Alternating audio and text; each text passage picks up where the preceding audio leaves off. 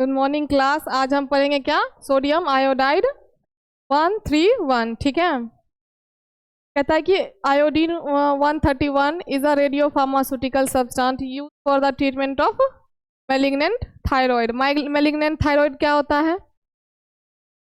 देखो, thyroid refers to the thyroid cancer. जो thyroid gland की कैंसर होती है उसको हम क्या कहते हैं? मैलिग्नेंट ट्यूमर, मैलिग्नेंट क्या थायराइड। ठीक है, ये जो भी आपके थायराइड ग्लैंड के में कैंसर होगा उसको हम क्या कहते हैं? थायराइड कैंसर, मैलिग्नेंट कैंसर, जो भी कह लो। ठीक है। कहता है कि जिसमें abnormal which means abnormal cells in the thyroid gland grow. Obvious ही बात है कि कोई भी कैंसर में क्या होता है कि अनवांटेड सेल, अनकंट्रोल सेल का ग्रोथ हो जाता है। कोई भी कैंसर हो, ठीक है, उसमें सेल की ग्रोथ क्या होती है? अनकंट्रोल हो जाती है। ठीक है, वो भी कंटामिनेटेड सेल। ऐसा नहीं है कि मतलब फ्रेश सेल या जो आपके लिए क्या हो, फायदेमंद हो, ऐसा नहीं है। ठीक है, कैंसर सेल का ग्रोथ होता है। ठीक है। फिर कहता है कि the ionising radiation of iodine 131 are absorbed by the thyroid tissue. जो इसका आयोनाइजेशन रेडिएशन का जो क्या होगा, आयोनाइजेशन होगा, वो किसके थ्रू होगा? एब्जॉर्ब थायराइड टिश्यू के। जो थायराइड ग्लैंड में टिश्यू होंगे वही उसको एब्जॉर्ब करने का काम करेगा। ठीक है। फिर कहता है tissue is damaged because ionisation and excitation cause the molecules get knocked out of their normal position. अब देखो क्या होगा कि जो टिश्यू होंगे आपके वो क्या हो जाएंगे? डैमेज हो जाएंगे। क्यों डैमेज होंगे? क्योंकि जो आयोनाइजेशन और एक्साइटेशन का प्रोसेस होगा उसकी वजह से क्या होगा, मॉलिक्यूल्स मूव करेंगे अपने पोजीशन से। ठीक है। अब जब वो मूव करेंगे इधर उधर तो उसी की वजह से वो क्या हो जाएंगे? डैमेज हो जाएंगे। ठीक है। फिर कहता है कि sodium iodide 131 emits about 90% beta radiation. इसमें जो सोडियम आयोडाइड 131 में बीटा पर रेडिएशन की जो परसेंटेज होती है वो कितनी होती है? 90%, और रिमेनिंग 10% गामा। ठीक है। फिर इसका मैकेनिज्म देखो। कहता है कि आयोडीन एंटर्स द थायराइड, मतलब कि मैकेनिज्म ऑफ एक्शन क्या हुआ कि किस तरीके से ये काम करेगा। तो क्या होगा कि आयोडीन जो है वो कहाँ एंटर करेगा? थायराइड में। यूजिंग क्या क्या यूज होगा उसमें? Sodium iodide. ठीक है। कहता है कि symporter and builds up there. क्या होगा? सिम्पोर्टर का मतलब क्या होता है? Symporter is the type of protein in the cell membrane that moves two substances in the same direction at the same time. Symporter का काम क्या होता है कि जो मतलब कि टाइप ऑफ प्रोटीन होता है, प्रोटीन की तरह होता है, जो कि क्या करता है एक ही समय पे, ठीक है, सेम टाइम पे दो चीज़ों को एक ही तरफ क्या करता है, वो मूव करता है। ठीक है। तो ये काम किसका होता है?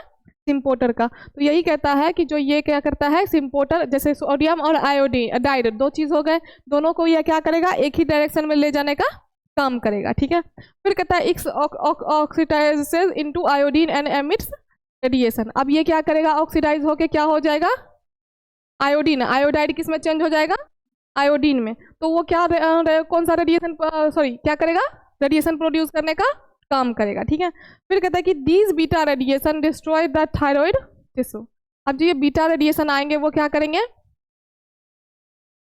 यहाँ पे तुमने पढ़ा ना कि क्या करते हैं, ये टिश्यू को डैमेज कर देते हैं। तो वही वहाँ पे बताया गया है कि टिश्यू को डैमेज किस तरीके से करता है ना। तो क्या करेगा? आयोडीन जो है वो एंटर करेगा किसमें? थायराइड में। किसको यूज करके? सोडियम आयोडाइड सिम्पोर्टर को। क्योंकि सोडियम और आयोडाइड सिम्पोर्टर का काम क्या होता है? दो चीज को एक ही साथ एक तरफ ले जाना है ना। तो सोडियम और आयोडीन आयोडाइड दोनों को ले जाएगा, है ना। उसके बाद क्या होगा? आयोडाइड जो है वो ऑक्सीडाइज होकर क्या हो जाएगा? आयोडीन बन जाएगा। ठीक है। जब आयोडीन बन जाएगा तो उसके बाद वो क्या प्रोड्यूस करेगा? रेडिएशन प्रोड्यूस करेगा। उसी रेडिएशन के वजह से, उसी बेटा रेडिएशन की वजह से, क्योंकि 90% क्या होता है? बीटा रेडिएशन होता है। तो उसी बेटा रेडिएशन की वजह से क्या होगा? डिस्ट्रॉय हो जाएगा क्या? थायराइड का टिश्यू। ठीक है। अब है इसके प्रॉपर्टीज। कहता है कि कलरलेस होता है, कलरलेस सॉल्यूशन, मतलब किस फॉर्म में होता है? ये लिक्विड के फॉर्म में होगा। पीएच इसका क्या होगा? बायोलॉजिकल हाफ लाइफ का क्या हो जाएगा? कौन से रेज को प्रोड्यूस करता है? बीटा और gamma. 99% energy of its energy is released with in, मतलब कि 56 डेज में इसका टोटल कितना? 90% एनर्जी रिलीज हो जाता है। ठीक है। और ऐसे भी जब मतलब कि कोई भी रेडियो एक्टिव सब्सटेंस को हम डिस्ट्रॉय करते हैं, डिस्कार्ड करते हैं, तो सबसे पहले उसका क्या होता है? जो लाइफ होता है उसको हम क्या करते हैं? खत्म करते हैं। ठीक है। क्योंकि जब अगर आप ऐसे ही उसकी लाइफ बची हुई है और उसको आप डिस्कार्ड करते हो तो वो क्या करेगा? रिएक्ट करेगा, है ना, अननेसेसरी रेज आएंगे उससे, तो उसके वजह से आपको नुकसान होगा, है ना। तो इसीलिए इसकी जो टोटल मतलब की लाइफ होती है वो कितने की होती है, 56 डेज की, जिसमें उसका 99% एनर्जी खत्म हो जाता है, ठीक है। अब देखो इसका ऐसे कैसे करते हैं, तो सबसे कहते हैं asset by comparing it's activity with standard.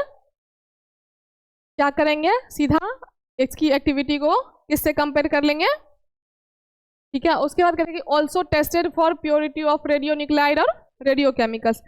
जो मतलब प्योरिटी को आपको टेस्ट करना है तो उसके किसके, रेडियो न्यूक्लाइड और रेडियो मतलब कि केमिकल जितने भी होंगे, ठीक है, सबके आप क्या करोगे, प्योरिटी को चेक कर लोगे, ठीक है। ये हो गया उसका ऐसे का प्रोसेस की, यही तरीका है आपके पास, या तो कंपैरिजन कर लो और प्योरिटी के लिए क्या करो, दोनों का प्योरिटी परसेंटेज चेक कर लो, किसका किसका, और रेडियो केमिकल के, ठीक है। फिर कहता है कि यूजेज, यूजेज में क्या हो जाएगा, हाइपरथायरॉयडिज्म और थायराइड कैंसर, ठीक है। तो कहता है कि सोडियम हाइपरथायरॉयडिज्म मतलब क्या होगा कि लेवल बढ़ गया है, किसका लेवल बढ़ेगा, कहता है कि थायराइड हार्मोन्स के लेवल बढ़ जाते हैं, ठीक है। कहता है कि sodium iodide 131 mainly acts on thyroid gland, obviously बात है ये किसके ऊपर एक्ट करेगा, थायराइड ग्लैंड पे, ठीक है। फिर कहता है कि इन हाइपरथायरॉयडिज्म ओवर ये क्या कहते हैं, हाँ, over active gland if produce too much thyroid hormones. क्या होता है कि जो हाइपरथायरॉयडिज्म होता है उसमें क्या होता है कि जो आपके थायराइड हार्मोन्स होते हैं वो बहुत ज़्यादा प्रोड्यूस हो जाते हैं, ठीक है।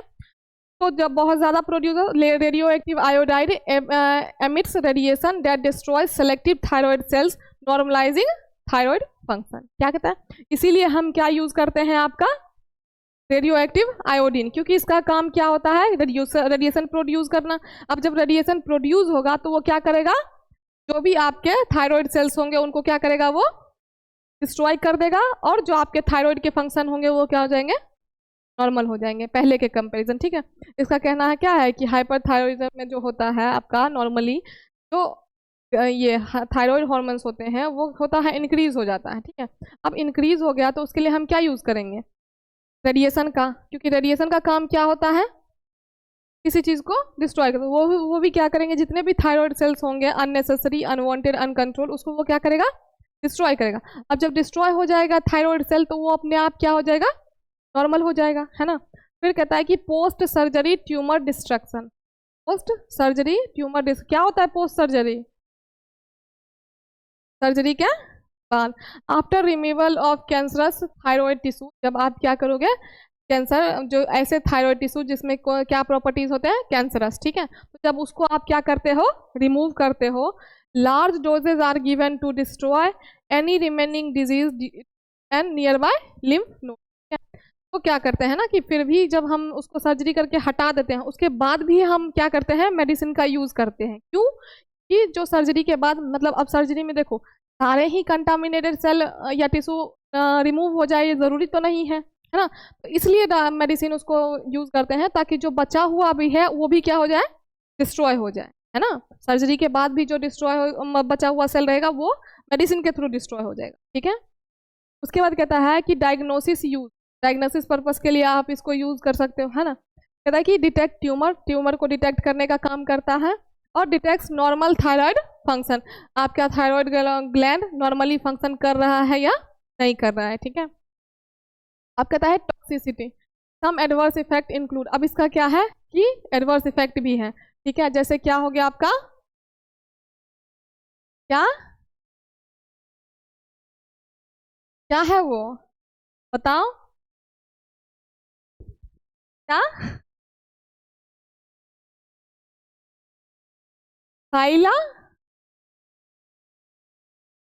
कम से कम पढ़ना तो सीखो। अगर यहाँ पे ले लो तो ये क्या हो गया, ऐसे ले लो, चलो ये ऐसे ले लो, सियल्डन, और ये हो गया आपका क्या, नाइटिस, ठीक है। क्या हो गया, सियल्डन नाइटिस, ठीक है। अब इसका काम क्या होता है, inflammation of the salivary gland, उसी को हम क्या कहते हैं, ठीक है। उसके बाद इसमें क्या होता है, चेस्ट पेन में टेकिकार्डिया, टेकिकार्डिया क्या होता है, ये सब इसके एडवर्स इफेक्ट हैं, किसके, सोडियम 130 सॉरी आयोडीन 131 के, ठीक है। कहता है कि इसके वजह से आपको क्या होगा, सलेवरी ग्लैंड का इन्फ्लामेशन हो सकता है, चेस्ट पेन हो सकते हैं, हार्ट रेट आपका क्या हो सकता है, बढ़ सकता है, जिसको हम टैकीकार्डिया कहता है, आइडोडर्मा अनकॉमन या अनयूजुअल रैश और आउटब्रेक ऑन द स्किन, ठीक है, ईचिंग, स्किन रैशेस, ये सारे ही उसके क्या है, साइड इफेक्ट हैं और एडवर्स इफेक्ट जो भी है, ठीक है। कहते हैं कि हाइपोथायरॉयडिज्म और हाइपर दोनों ही हो सकते हैं आपको, ठीक है। कहता है कि थायराइड टॉक्सिक क्राइसिस मतलब डेंजरस थायराइड हार्मोन्स का लेवल क्या हो सकता है, बढ़ सकता है, ठीक है। और क्या हो सकता है आपको, हाइपोपैराथायरॉयडिज्म मतलब ब्लड में जो कैल्शियम का लेवल है वो क्या हो सकता है, कम हो सकता है, ठीक है। फिर कहता है कि local swelling during treatment of benign disease, benign disease क्या होता है, वही कैंसरस, जहां भी बेनाइन आएगा उसका मतलब भी क्या होगा, सॉरी बेनाइन का मतलब होता है कैंसर का फॉर्म होता है, लेकिन वो क्या होता है, नॉन कैंसरस होता है। मतलब कि जैसे देखो दो तरह के ट्यूमर होते हैं, एक बिनाइन ट्यूमर होते हैं और एक कैंसरस ट्यूमर होता है ना। तो उसमें बेनाइन वाले में जो होता है वो उसमें सेल का ग्रोथ नहीं होता है, ठीक है। तो इसको बेनाइन डिजीज को कहते हैं हम non cancerous condition that usually grows slowly and does not spread, मतलब कि बहुत ही ज्यादा स्लोली ग्रोथ होते हैं। कैंसर में क्या होता है ना कि बहुत फास्टली मल्टीप्लीकेशन होता है सेल्स में उसके, ठीक है, जो ग्रोथ होगा, लेकिन इसमें क्या होता है बेनाइन में बहुत ही ज्यादा स्लो होता है और स्प्रेड नहीं होता है, ठीक है। जैसे कि अब यहाँ है तो यही ग्रो कर रहा है, वो इधर इधर इधर इधर हर जगह नहीं जाएगा, कौन, बेनाइन डिजीज, ठीक है। इसीलिए इसको हम क्या कहते हैं, नॉन कैंसरस कहते हैं, ठीक है, क्योंकि कैंसरस क्या होता है, बहुत फास्टली ग्रो करता है और क्या करता है, हर जगह स्प्रेड हो जाता है, ठीक है। इसलिए उसको काट काट के निकालते रहना पड़ता है, क्योंकि जितना एरिया वो लेगा उतना और ज्यादा बढ़ाते जाएगा, ठीक है। फिर कहता है साइड इफेक्ट। अब इसके साइड, ये तो एडवर्स इफेक्ट, ये है साइड इफेक्ट। साइड इफेक्ट में क्या है, रेडिएशन सिकनेस। रेडिएशन सिकनेस क्या होता है, caused by exposure to high level of ionising radiation. जब आप बहुत ज्यादा रेडिएशन के मतलब कि इस कांटेक्ट में रहने लगो तो आपको क्या हो जाता है, रेडिएशन सिकनेस। सिकनेस का मतलब क्या होता है और रेडिएशन का मतलब रेज, तो उसके वजह से अगर आप बीमार हो रहे हैं तो उसको क्या कहते हैं हम, रेडिएशन सिकनेस, ठीक है। फिर कहता है कि bone marrow depression. Bone marrow depression में क्या होगा, प्रोड्यूसेस फियर ब्लड सेल्स, मतलब कि बोन मैरो जो ब्लड की प्रोडक्शन होगी वो क्या हो जाएगी, लो हो जाएगी। इसमें bone marrow depression, bone marrow में ब्लड रहता है ना, हाँ होता है ना, तो उसकी जो फ्लो होती है ब्लड की जो होती है, मतलब कि सॉरी प्रोड्यूस होता है ब्लड, उसमें उसका क्वांटिटी क्या हो जाएगा, कम हो जाएगा, ठीक है। इसमें बोन मैरो डिप्रेशन, ठीक है। फिर कहता है एनीमिया। एनीमिया का तो सबको पता है, आरबीसी जो है उसमें क्या हो जाएगा, लो हो जाएगा, ठीक है। और या फिर आरबीसी ले लो या फिर हीमोग्लोबिन ले लो, ठीक है। फिर कहता है कि ल्यूकोपेनिया। ल्यूकोपेनिया में क्या होता है, जस्ट उसके अपोजिट, डब्ल्यूबीसी का काउंट क्या हो जाएगा, लो हो जाएगा, ठीक है। फिर कहता है कि थ्रोम्बोसाइटोपेनिया। ये क्या होता है आपका, a condition where the number of platelets in the blood is low. Platelets का लेवल कम हो जाना। जब भी तुम ये देखोगे ना, रिपोर्ट्स आएंगे किसी के टेस्ट के, ठीक है, तो अक्सर ये सारे टर्म्स आएंगे, ल्यूकोपेनिया, ये सारे की मतलब उसमें क्या होता है कि बॉडी में ना एक कंसंट्रेशन का लेवल होता है कि इतने कंसंट्रेशन में आपकी बॉडी में आरबीसी, डब्ल्यूबीसी, प्लेटलेट्स, ये क्या कहते हैं, ल्यूकोपेनिया, ये सारे रहने चाहिए, ठीक है। तो जब अप डाउन वो होता है तभी आपको ये सारे डिजीजेज होते हैं, ठीक है। कहता है कि तो तीसरा क्या है आपका कि ब्लड डिस्क्रेसियसिस। क्या है, क्या है, हाँ क्या है, ब्लड डिस्क्रेसियस, ठीक है। उसमें क्या होता है, a general term for any abnormal condition of the blood such as problems with red cells, white cells और प्लेटलेट्स। अब इसमें क्या हो रहा है कि सारे में ही प्रॉब्लम आपके आ रहे हैं, आरबीसी हो, डब्ल्यूबीसी हो और प्लेटलेट्स हो, ठीक है, दोनों में ही क्या होगा, एबनॉर्मल कंडीशन हो जाएगा ब्लड का। अब वो ब्लड कोई भी हो सकता है, आरबीसी भी हो सकता है, डब्ल्यूबीसी भी हो सकता है और प्लेटलेट्स भी हो सकता है, ठीक है। तो ये इन तीनों का को मिला के एक ये बन गया, ठीक है। फिर आओ ल्यूकेमिया। ल्यूकेमिया में क्या होता है, अ cancer of the blood forming. Leukaemia क्या होता है, ब्लड कैंसर होता है, ठीक है। तो ल्यूकेमिया में क्या होता है कि a cancer of blood forming tissue causing too many abnormal white blood cells, ठीक है। ल्यूकेमिया में क्या होगा, व्हाइट ब्लड सेल्स की जो ग्रोथ होगी, एबनॉर्मल ग्रोथ वो होने लगेगी, ठीक है, जिसके वजह से आपको क्या होगा, ल्यूकेमिया हो। फिर आपका हो गया सॉलिड कैंसर। सॉलिड कैंसर क्या होता है, cancer that form tumours in organ और tissue such as breast, lung और थायराइड कैंसर, ये सब किसके हैं? साइड इफेक्ट हैं। क्या किसके साइड इफेक्ट हैं? हाँ ठीक है, तो कहता है कि cancer that form tumours in organ, जितने भी आपके ऑर्गन है बॉडी के या फिर टिश्यू है उसमें क्या हो जाएगा? बताओ, सॉलिड कैंसर में क्या होगा? Cancers that form tumours in organs और टिश्यू, उसको हम क्या कहते हैं? Solid cancer. जैसे आपका हो गया ब्रेस्ट कैंसर, लंग कैंसर और थायराइड कैंसर, ये सारे ही क्या होंगे? आपके सॉलिड कैंसर होंगे। ठीक है, फिर आपका हो गया सिलेवरी एंड रेक्लिमर ग्लैंड डिसफंक्शन। ठीक है, इसमें क्या होगा? डैमेज टू सिलेवरी ग्लैंड, जिसको आप सलाइवा कहते हो ना, जहाँ से सलाइवा सेक्रेट होता है ना, तो उसको वो डैमेज हो जाएगा। और लैक्रिमल ग्लैंड कहाँ होता है? टीयर ग्लैंड है ना, टीयर ग्लैंड को ही बोलते हैं ना, तो टीयर ग्लैंड। और उसके बाद कॉजिंग ड्राई माउथ ड्राइज। ठीक है, सिंपल सी बात है, एक है आपका सिलेवरी ग्लैंड का डिसऑर्डर और एक है आपका लैक्रिमल ग्लैंड का। ठीक है, एक आपके सलाइवा के लिए रिस्पॉन्सिबल है और एक आपके टीयर के लिए। ठीक है, तो अगर ये सारे आपके डैमेज हो गए तो उसकी वजह से आपका माउथ ड्राई रहेगा, क्योंकि सलाइवा के वजह से ही आपका मुंह क्या होता है? माउथ थोड़ा सा वेट रहता है ना। अगर सलाइवा प्रोड्यूस नहीं होगा तो आपका माउथ क्या हो जाएगा? ड्राई हो जाएगा। और वहीं अगर टीयर ग्लैंड मतलब जरा सा भी अगर आंखों में पानी नहीं रहा तो आंखें क्या हो जाएगी? आपकी ड्राई हो जाएगी। तो अच्छा ही है एक तरह से, जो रोता है उसके लिए। ठीक है, तो इस ये हो गया कि आंख मुंह सूख गया और आंख भी सूख गया। थोड़ा अजीब है लेकिन क्या कर सकते हो। कंजेनाइटल हाइपोथायरॉयडिज्म, इसमें क्या होता है? देखो, ये प्रेगनेंसी इसलिए मेंशन किया गया है क्योंकि मेनली जो ये होता है वो किस में होता है? चलो ठीक है, अब baby is born with an under reactive thyroid gland. क्या होता है? जो बच्चे जन्म मतलब कि पैदा होते हैं उसमें क्या होता है? अनरिएक्टिव थायराइड ग्लैंड होते हैं। क्यों? क्योंकि because the mother was expose to radiation iodine problems during pregnancy. तो सिंपल सी बात है, ऐसे एरिया जहाँ रेडिएशन का काम हो या ज़्यादा रेडियो एक्टिविटी हो रही हो, वहाँ आसपास कोई भी प्रेग्नेंट लेडी को नहीं जाना चाहिए, कि उसका असर किस पे पड़ेगा? क्या पड़ेगा असर? तो उसको वो जो जन्म लेगा उसका थायराइड ग्लैंड क्या होगा?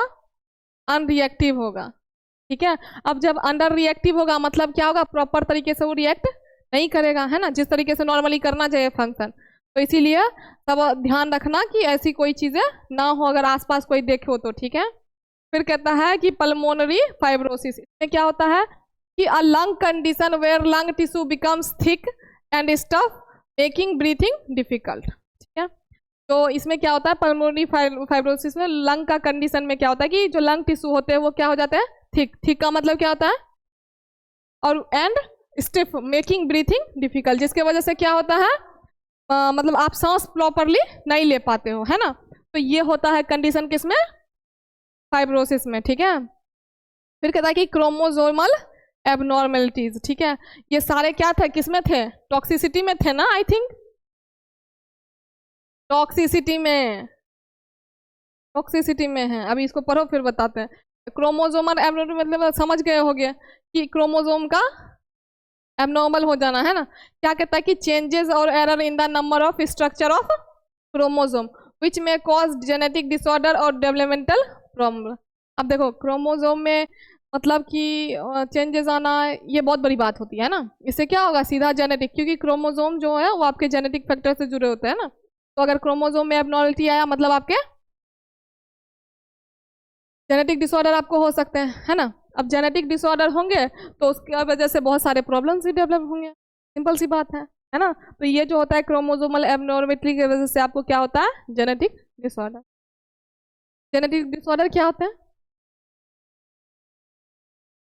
हाँ, जैसे पापा का है तो मम्मी को है तो बच्चे को भी होगा, है ना, इस तरीके का। क्या जरूरी नहीं है पापा, अगर किसी बाबा पर दादा ऐसे भी होता है। ठीक है, हाँ। फिर कहता है कि डोज रिलेटेड एडवर्स इफेक्ट, कहता है कि स्पेशली ड्यूरिंग थायराइड मैग्नेंसी ट्रीटमेंट, जो डोज रिलेटेड एडवर्स इफेक्ट भी होते हैं तब जब आपके क्या होता है? थायराइड मैलिग्नेंसी का ट्रीटमेंट आपका चल रहा हो। ठीक है, तो ये सारे ही आपके जितने भी थे ये सारे क्या थे? टॉक्सिसिटी थे। ठीक है, सॉरी साइड इफेक्ट थे। तुम सही बोल रहा था संतोष। ठीक है, इस तरफ क्या था?